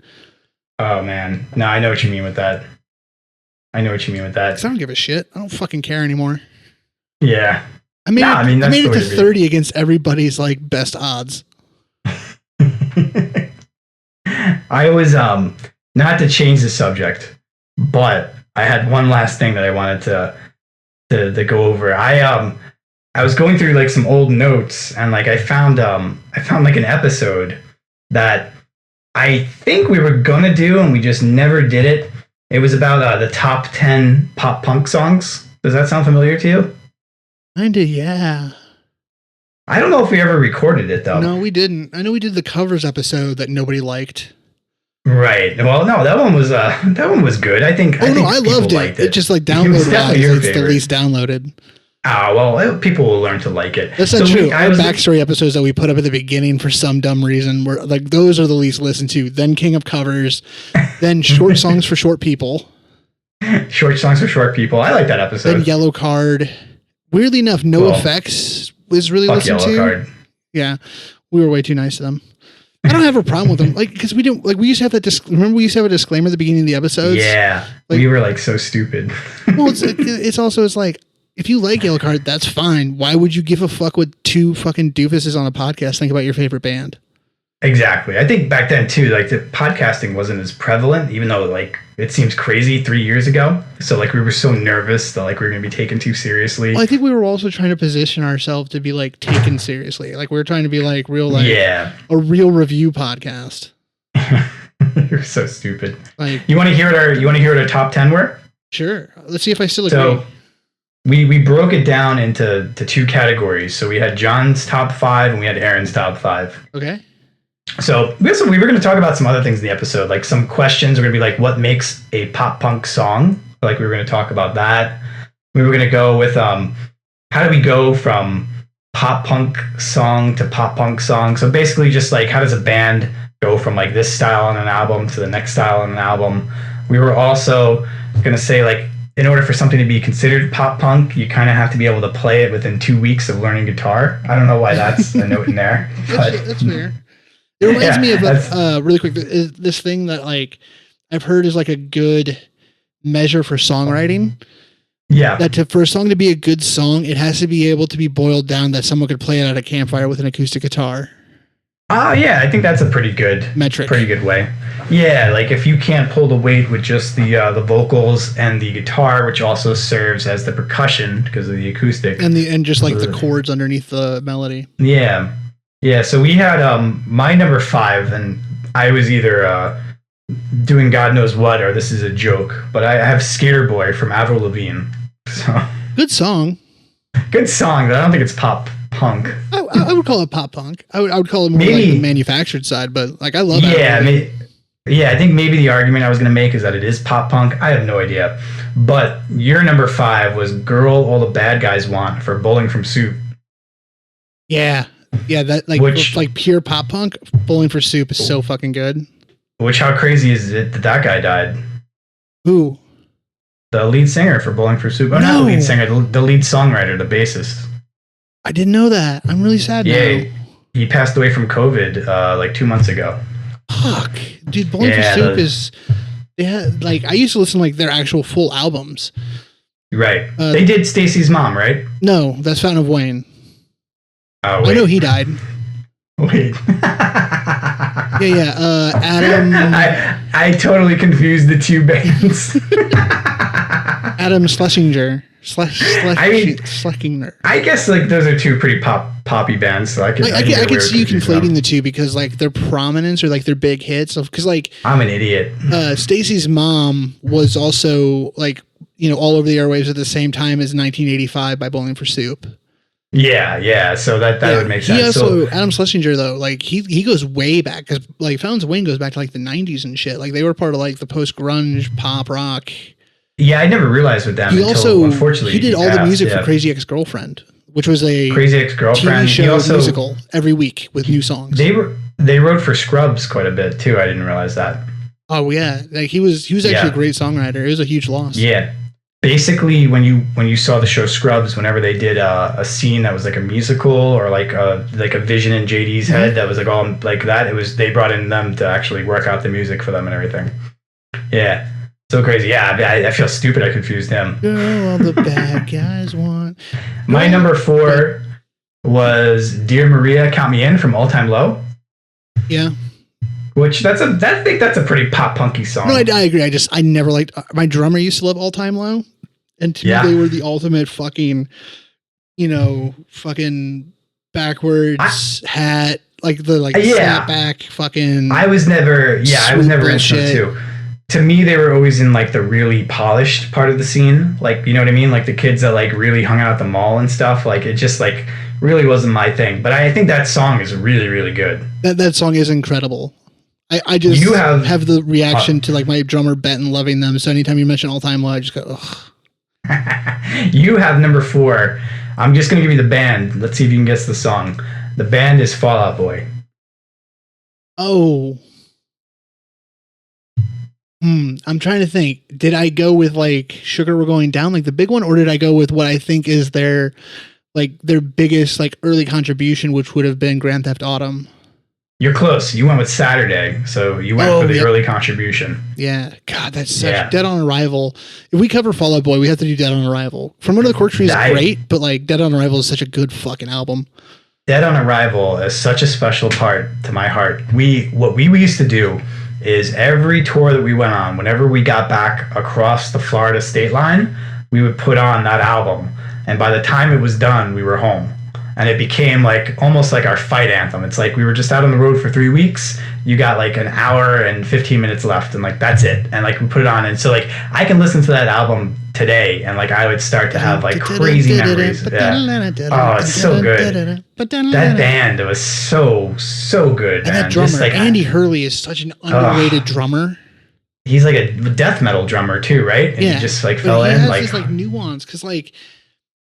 It's hard to play pop punk drums and also keep it fresh because you could just go over and over. But he didn't do that. Like he had a lot of nuance and he left a lot of air in his parts. Yeah, because there's a lot of complex back and forth between the lead guitar and Patrick's vocal melody.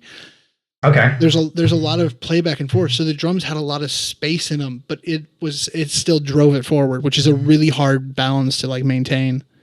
Yeah, and I was going to say, too, he keeps it pretty straightforward as well. Just meaning, like, it's not like you don't listen to the drums, you're like, okay, that's weird. It's just like he's very creative in the the space. It's a thing of being like the rhythm section. When you play drums or bass, the better you are, the less people should notice you. Yeah, that's a good point. Like you have your little like bass players, you find your little moment of that song where you do the one little back down or something. But like great bass players, most of the time, like you're the guy that if you're not there, everything falls apart. But nobody should be like, ooh, like he's real good. You know? Yeah, no, I agree with that. I agree with that 100%. I agree with that. I got number 3, Josie from Blink-182. Josie. That was Josie, she's my source of most frustration when I can't if you took the words out, that could be every song off of Enema of the State.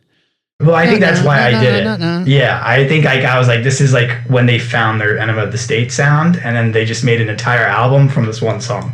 If we ever do Enema of the State, I got to sit down and count because I believe I did it once, and like 3/4 of the songs on there all use that 1, 5, 6, 4 chord progression that every song uses. Yeah, right? Isn't that crazy? It's actually away with it. Even because the other night I was texting you because I was just I have a little headphone amp for my bass, and has an auxiliary port. So I just put on a Spotify playlist of like 90s pop rock, and I would just play a song, and by the end of it, I would know both the verse and chorus of a song on bass. That's awesome. And Sex and Candy by Marcy Playground came on. Oh, really? And even that song has that like that. Da, na, na, na, chord progression that every song has. It's the is a dream, yeah. Like when it actually goes to the major on the last half of the chorus when it's in minor the rest of the time, and it does the same fucking that chord progression in every song. Oh wow, yeah, no, it's like so crazy how you can just manipulate that, and it's like that's like one of the forms of what makes it the pop part, I guess, is like you know, whatever. There's literally like I said, there's like 6 main chord progressions used in almost all of pop music. Yeah, you could just go from there. Like that's why you can see those videos on YouTube where they'll just start singing and then Axis of Awesome, where they do the 4 chord song. That is the 4 chord song, by the way. It's Let It Be. It's the same as 100%. 100%. Yeah, but that Blink album, most of the songs use that chord progression. Yeah, it's so crazy. So here's your number 3. I'm going to give you the band again, and then you're going to guess the song. Okay, we're going to go with Sum 41. Fat Lip. Yeah, 100%, and that's spot on right there. That is summer at the Warped Tour in a bottle. That was the first time I disagreed with my dad about music. Oh, really? What happened there? He said he couldn't tell the difference. Like he thought Sum 41 was just a wannabe Blink-182. I'm like, no, they're very different, Dad. Well, you know what's funny is like to an uneducated connoisseur, which your father seems to be.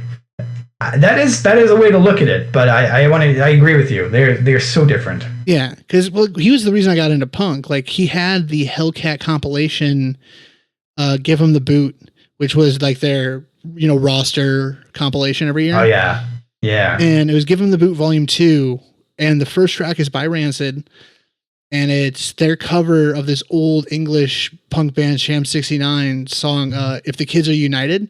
And it starts with this like blistering, I'm going to play it underneath here, but this blistering fucking bass line that's like super fast. And in that moment, I'm like, oh, I love this. It was the moment I'm like, I love punk rock and I want to play bass. I never wanted to play bass like my dad. I always wanted to be a drummer. Yeah, that was the eureka moment right there. Yeah, it goes right back to that moment. That's funny, man. Well, I got for my number 2, I got Jimmy Eat World, the middle. So I guess they are pop punk. That's the one it's gonna take some time. Yeah. That's the album my brother was saying is like the pinnacle of pop punk. So that album doesn't really have very many standouts to me, but it's a catchy couple songs there when you hear them. I feel like it's because like I've tried to listen to like Jimmy Eat World and stuff. Yeah. Except for like their big hits on like the ones that like got radio play and stuff. I listen to it and like nothing ever sticks with me from it. Like I literally couldn't tell you like a single thing I heard. Yeah, they're tough. I was thinking about them a lot last night because me and my brother were talking about them. But their Clarity is their best album in my opinion. That's their like one of their first albums. I think it's not the first, maybe it's the second album, but it's the one right before Bleed American came out. which is the one that we were just talking about, the middle. Yeah. But that's my favorite album from start to finish, but I don't like any single song on it. So if you were just to play one song on it, I'd be like, okay. But if you started from track 1 and play it all the way through, it's one of my most enjoyable experiences. Because it's an album. It's actually thought of as a start to finish experience. You know what I mean? Yeah. So but other than that, after that, when they did Bleed American, which... when that came out, it wasn't called Bleed American. It was self-titled. You know why? Why? 9/11? Because 9/11 happened right before it came out. Yeah, they had to drop the name title for it. But that album was their most commercial radio sounding. And then after that, it's almost like when you watch stand-up and you like a comedian and you see that one album and it makes you belly laugh, but then after that you kind of figure out how they tell jokes, and it's funny, but it's just not as funny. You're just oh, so they're okay. Anthony Jeselnik, got it. Yeah, they get into that. It's almost like they're doing now albums now. You're expecting a Jimmy Eat World album every year, and it just it does. It sounds very much the same. Oh, my example for that is always Disturbed. Oh yeah, okay. You could literally take any 10 Disturbed songs and put them on a CD, and you would not, to the uneducated listener who's not a huge fan of them, their guitar tone is the same, the studio sound is the same. Yeah. They're amazingly consistent, but it's every song of them is just that's Disturbed. That's just what Disturbed sounds like. That's what I was gonna say, because Jimmy Eat World's not bad. You could put it on, it's not bad, but it's just they figured out their formula, and they do not want to do any side projects to challenge themselves whatsoever. They're just this is it. This is the four of us. Every now and then, what we sound like. Just want them to put out I always love when a band does an album Bad Religion. They did an album in the 80s called Into the Unknown. Okay. Which was a fucking legit synth heavy prog rock album that everyone fucking hated. Really? Yeah.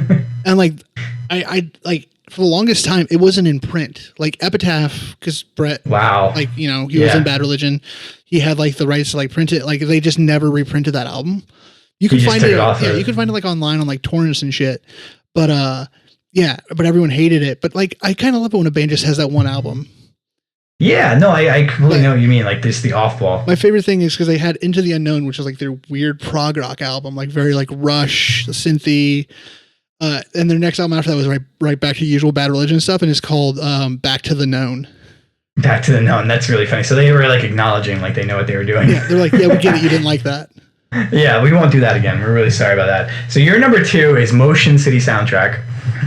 Ooh, it's that's hard though. It's I'm on fire, and now I think I'm ready to bust a move. Check it out, I'm rockin' steady. It's the best fucking drum intro ever. Tony Thaxton, their drummer, just that perfect flam. Yeah, they're from your neck of the woods, right? Yeah, Minneapolis.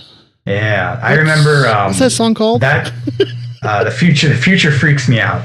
Yeah, the future freaks me out. I remember their keyboardist. He broke a lot of keyboard stands back in high school. Sure. Just because his thing used to be he would do a handstand on the keyboard, because you got to do something. If you're a keyboardist, what else are you gonna fucking do? Sure, you're kind of locked down, but you're not a drummer, so it's not visually as interesting. Yeah, so he would do these handstands, and I just remember it was a wave when I was in high school of bands coming out with keyboards. And they were trying to do the handstands at the teen center, and just freaking you couldn't tell it was teeth or if it was keys just scattered across the floor, man. A fucking Bugs Bunny cartoon, you're you're what the fuck, man? Just play it. I never thought about that. Yeah, keyboard is they have to stand still, but it's not visually drumming's visually interesting to watch. Yeah. I literally just understood why someone made the keytar. It now just clicked of why someone's we should make this. Because the only other way to play keyboard, if you're not going to do anything, is you kind of have to not care. So you kind of have to kind of slouch back a little bit. You know what I mean? You got the head bobbing. You almost have to look like a DJ that's kind of high, I guess. It's the only way to describe it. You're I don't fucking care if I'm here or not. And then every once in a while you just Ben Folds is fucking entertaining to watch. Yeah, but he's a frontman keyboardist, right? That's different. True. I'm talking about the guy in the back. He breaks strings on piano. He plays so fucking hard.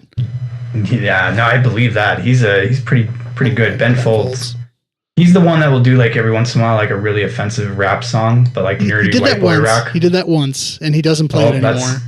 That's forever in my heart. So my number one is New Found Glory, My Friends Over You. That's my number one. Great song. I think that is like, yeah, I think that's, and I know why I picked that. I picked that because I think it started a lot. I think once New Found Glory came out of South Florida, they showed up on Drive-Thru Records. They ended up on MTV. They started opening for Blink-182.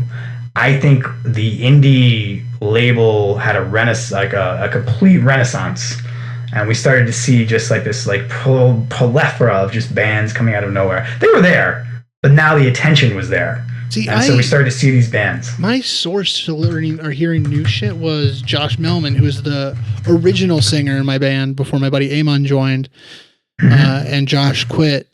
He was one of my best friends through elementary school. Like, I heard about Fall Out Boy through him. I heard about My Chemical Romance through him. And I heard about New Found Glory from him, because he lent me Sticks and Stones.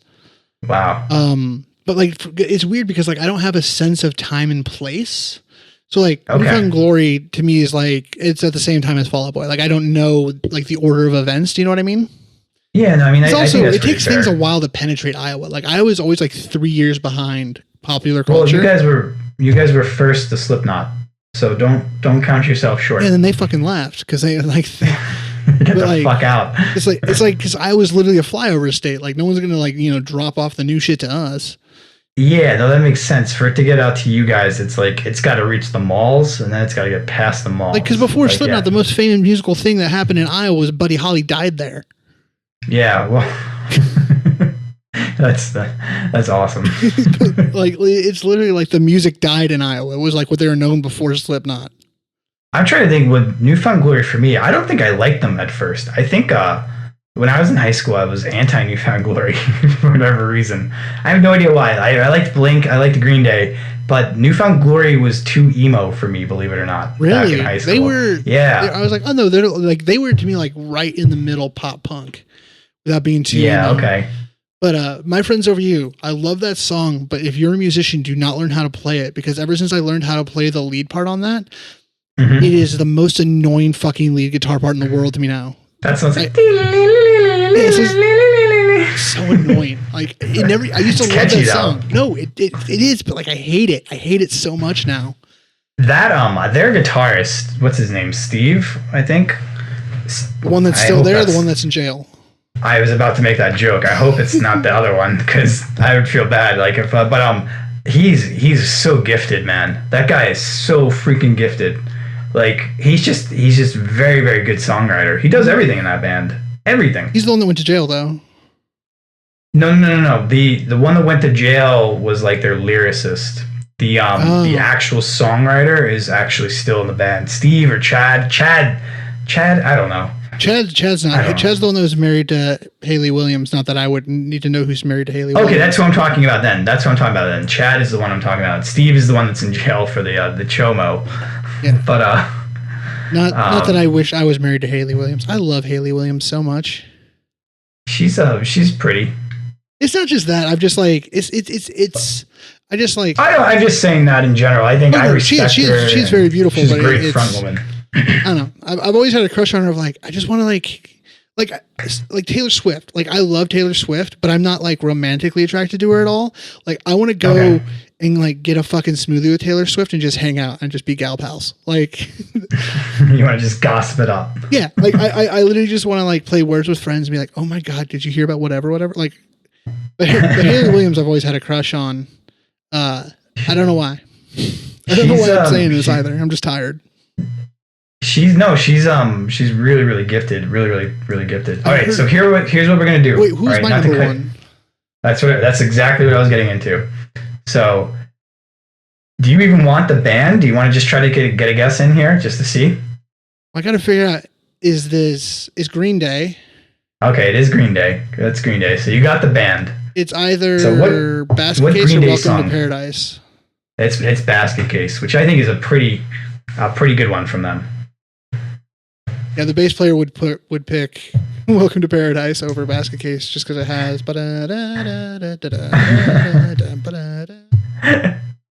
Even though Basket Case would be the more right answer. That was of the two songs, it was bigger. Yeah. That one also has the 1 5 6 4 chord progression, but it has a little more after that. It's actually Pachelbel's Canon. That was I remember back when I was learning guitar for the first time back in like mid 2000s, like 2002, 2003, so early 2000s. And my guitar teacher was telling me that like Green Day doesn't play their own instruments or something. It was something stupid. Dipshit. But yeah, exactly. But I guess the rumor came out of like Dookie because Rob Cavallo, like, you know, that album was so monumental and it came out of nowhere that people were like assuming like this band like doesn't play their own shit. And like basically, you know, they had to bring in like people to like write their stuff and play it and all that type of stuff. But like that's literally what my guitar teacher was telling me. It's just so stupid. Right. Well, it's also like you can go back and you can listen to the stuff they put out on Lookout. You can go and listen to bootlegs from Gilman Street and like it's not nearly the same level songwriter wise as Dookie got to, but like you could hear that early influence of how Green Day, out of everybody out of Gilman, was the most interested in songwriting and melody. And like, yes, they were quickly finding their sound. Yeah, because like I love Operation Ivy, but like they sound like kids playing music. Yeah, they were like Operation Ivy was like it's really rare. But it's like that one band in high school that like just gets really, really good. And like they actually have like potential. They could be big, but like they also have a drug problem. So it just like just doesn't happen. Each other and breaking up. Yeah. Yeah, it just doesn't happen. But like the songwriting in Operation Ivy, like just like literal songwriting of like lyrics, melody, chords is not as good as Green Day was. No, Green Day is like just, they're so great. And like I think even back then in the Gilman Street, didn't they kind of have like a bad stigma around them? They were kind of the outsiders. Well, they were never the biggest band in the scene, but once they got signed to Warner Brothers, because Gilman Street is a co-op, it is literally democracy. Yeah, it's so crazy. They passed a rule that if you're on a major label, you're not allowed to play at Gilman Street. Yeah, so like basically they were banned after that. That's so nuts. Yeah, like Rancid's not allowed to play there. Yeah, which I didn't realize Rancid and Fat Mike don't get along. Like I didn't know that. Yeah, they made a like Fat Mike in that concert I was watching, and he made a joke about Lars Fredriksson, but it was like it wasn't a joke. Like he was like serious. But Fat Mike hates everybody, and I think everybody else is like, yeah, that's just Mike. Yeah, I guess maybe that's what it is. Like I'm so still like new to Fat Mike that I'm like, ooh. I don't know. He seems like he seems like the guy that like he seems like the guy that just says whatever's on his mind. But if anybody called him on it, he'd be like, yeah, whatever. Yeah, whatever. I don't care, man. Dude, I was just like, whatever, man. Right? Like, I didn't know there was bad blood between them, but I don't really follow that type of stuff. Yeah, who knows? I could just be making up my own gossip drama. You know what I mean? Can you think of a band that Mike wouldn't talk shit about? No, I can't. I really can't. No, I think there was maybe one band in the crowd that he knew somebody and he said like he liked them or something. I've got some honorable mentions here. We have The Kids Aren't All Right from The Offspring. Great song. Their best song. We have The Best of Me from The Starting Line. And this was like one of our friends in Florida. Yeah, it was definitely not yours. You hate them. But it was our friend Bonnie. So Bonnie back in 2017 said The Starting Line. And I agree, that's a very, very good song. And then Rachel, our other friend, said Grand Theft Autumn from Fall Out Boy is one of the best pop punk songs, which I agree. I think you could probably pull anything off of that album. Like that might be one of the best pop punk albums of all time. The reason why I think it's better than some of the Blink-182 albums is because it seems more organic. You know what I mean? Take This to Your Grave? Yes. It's more intricate. Like Blink, especially what's the album that came out after Enema of the State? Take Off Your Pants and Jacket? Yeah, because I was going to say Enema of the State Strikes Back, but that's the live album. So Take Off Your Pants and Jacket. Yeah, so everything pre that album, including Enema of the State, like, is real punk rock shit in the fact that it's like, it's fucking power chords and simple, where like, Take This to Your Grave, there's more intricacy there. There's more texture, like the chord progressions and the way they voice chords and the lead parts are more intricate in Take This to Your Grave. And I'm not saying it's better or worse, but I think that's why it seems more interesting still. Well, I don't necessarily mean interesting. What I mean is when I'm saying organic, I think what I mean is like real. You know what I mean? Real. Like Blink is like great and they probably wrote that, but it just seems like it's so polished and choppy. It's like, oh, intro, verse, chorus, layered chorus, outro. You know what I mean? It's like very like it was put together like like there's like it just reminds me of like a young up and coming band, and they got a lot of ideas and they're just like dripping with talent. And that's what the Fall Out Boy album seems like. You know, it's like the right time. They got put with the producer at the right time of their career. Where right. Blink, I don't think got put with that type of producer until after that fact. Like Enema of the State, like that's a completely polished album. You know what I mean? There's no, it doesn't feel, you know, like a young band that just like had like a lot. Enema of the State's real basic though. Like there's not really anything added to it that doesn't just sound like. Yeah, I don't know. Maybe it's just like I think recorded than Dude Ranch does. I think maybe it's their songwriting skills are too good at that point for me. It is very much like it's like Enema of the State and like that era of Blink. It feels like they're like, okay, these are the the pieces we need to make a song. You put them in order, you lay it down. I get that. There's it's not bad. Yeah, it's not bad. It's almost like ad libs. Like you could take their songs and like move them around like ad libs. You know what I mean? Mm-hmm. Where like Fall Out Boy, maybe it's the emo factor of Fall Out Boy, where like he's actually like. But the other thing too is like Fall Out Boy, like they don't write their songs. Like Pete Wentz like would write on his live journal. Like at night before he'd cut himself and go to sleep, and then like from that they would write like a song. You know what I mean? Yeah. Oh, like, he wrote lyrics, and then those guys would write the song. Yeah. So like I'm just saying like maybe it was them being more emotional, but like even that like that's not real. Which is like, funny though, because really... like it's one of those things like I can sing along to Take This to Your Grave, but if you take out the solo vocal intro to Grand Theft Autumn. I can't sit here and sing a single song off it because I've never given a fuck. Like I've said in past episodes, like I didn't know all their songs were whining about girls. I never cared what the like lyrics were. Like I don't know the lyrics to my favorite songs because like most of them I don't give a shit. Yeah, like I just remember like when they came out, I don't think I liked Fall Out Boy at first either. His voice was a little. It's like, it's not off-putting, but it's just like, it is like blue cheese. Like it takes a couple of like gathers before you're like, oh, this is actually really good. You know what I mean? Yeah, I can see that. I've always loved his voice, but I loved it right away. It's like cilantro. Yeah. I'm like stupid. You know what I mean? So. Well, I don't know. I might be off base, but I feel like that time in your life and music-wise, you were kind of doing a balancing act of, do I like this? And also, am I supposed to like this?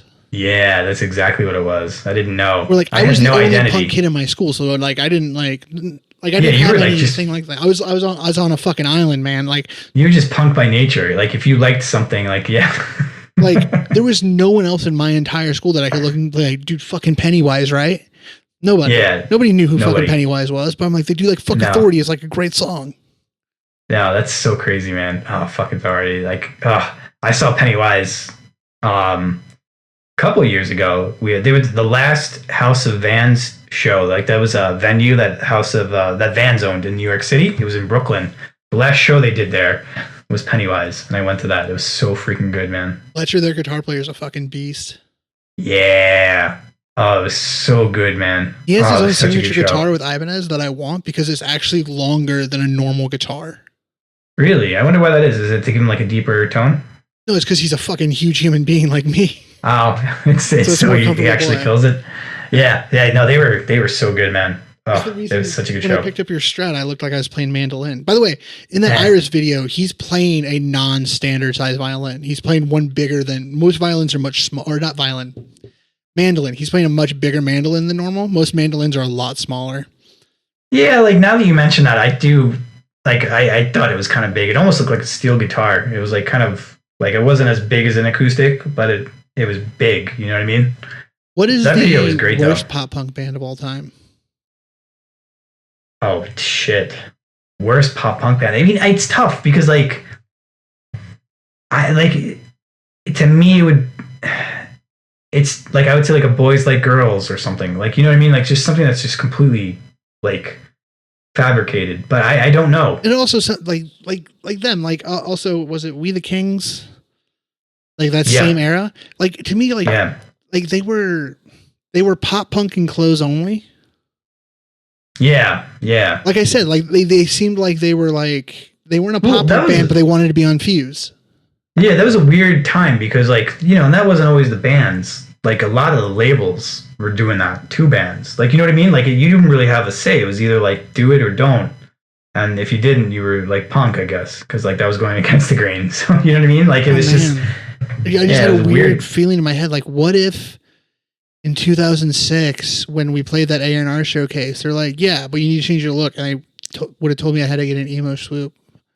I probably wouldn't have done it. Right. And even if they went on to be really successful, I'd be really bitter. Yeah, right. So it's like just weird times, man. I don't know. I'm trying to think. You got anything else, bud? You got anything you want to recommend? Just off the top of your head? Well, off the top of my head, the only thing I want to recommend is if you want to feel good about yourself, go watch a video of a lot of people playing instruments together in a stadium. I don't know what it is about that, but it's just goosebumps. Oh, good God. Goosebumps. So John sent me a video of a bunch of people playing Seven Nation Army together. Yeah, it's so cool. And he told me, he's like, I love it when people do this. And I literally been like, no, hold this for me. And I was like, give me a second. You sent me like a good one. I sent you the best version of that. Yeah. So in 2007, I think, I don't know. It was a while ago. There's this town called Cessna, Italy, and they really wanted the Foo Fighters to come play there. Mm-hmm. So they organized this thing called Rock 1000 or 1000 Rock. I don't know. Anyway, look it up. Just look up Foo Fighters 1000 people. And they literally got 1,000 people together to all play Learn to Fly by the Foo Fighters to get the Foo Fighters to come play their town. That's so cool, man. So they have like all the drummers lined up. They have like all the bassists lined up. They have all the guitarists. Yeah. They have a whole bunch of people just singing. And like they all like really want to be there. And they have a conductor on like a fucking scaffolding. Yeah. Oh, dude, it was like really, really cool. It's just like seeing like this small town get together and like basically just all unite and to try to bring Dave Grohl. So fucking good. It's so powerful. It's like almost primal. Like I get like war drums now. You know what I mean? Right. That's the beautiful thing about music. Yeah, it really is cool. But yeah, that's what I recommend. Go watch a video of like 1,000 people playing a song. I recommend. What about? Similar vein. This is a lot I've done all week. Just go watch an interview with Dave Grohl. Like I've literally watched like 100 Dave Grohl interviews this week. He's the best. He's the fucking Mr. Rogers of modern rock. Yeah, I was gonna say he's like to me he's like a Bill Murray. Like he's just like in a class of his own. Like you know what I mean? Yeah. You like I have this thought all the time, especially with like more and more people with like allegations against them and coming out that they're fucking human monsters. Like I've been thinking of like who, if it came out that they were like actual human monster or a predator or something, like it would fucking break my heart. If Dave Grohl is a reptilian, I would fucking, it would suck so bad. Don't say that, Aaron. Like it's the ones that you least expect are going to hurt you the most. So yeah. Yeah. But I think about anytime I see anyone's name trending, I'm like, oh fuck, who did they? No, Dave Grohl's the best. Like I just saw too, like he's been like going back and forth with this like drummer girl. She's like got to be like 10 or something. Nadia something. Yeah, he's just such a good guy. Like that's the only way to describe it. He's just a good guy. He's such a dad too. He's such a fucking. But he's also still a rock star. Like you'll see a photo of him with a bottle of Jack in a pool. But then like he's also tucking his kids in. His mom wrote a book a couple years ago about like raising a rock star kid, and she interviewed a bunch of other moms, like Michael Stipe from REM's mom. She interviewed Dr. Dre's mom. And like, so they were doing like some press for that. So they were doing like a signing and a Q&A at the Strand in New York. Oh, really? And they were telling stories, and because she was an English teacher in like the DC area where he grew up. And Mike O'Malley, who's in a straight edge band there, Dave Grohl tells a story of how his mom like told him like he's a really good writer, like he's a brilliant writer. And Dave Grohl there goes like, and I never told you this, but he was also my acid dealer in high school.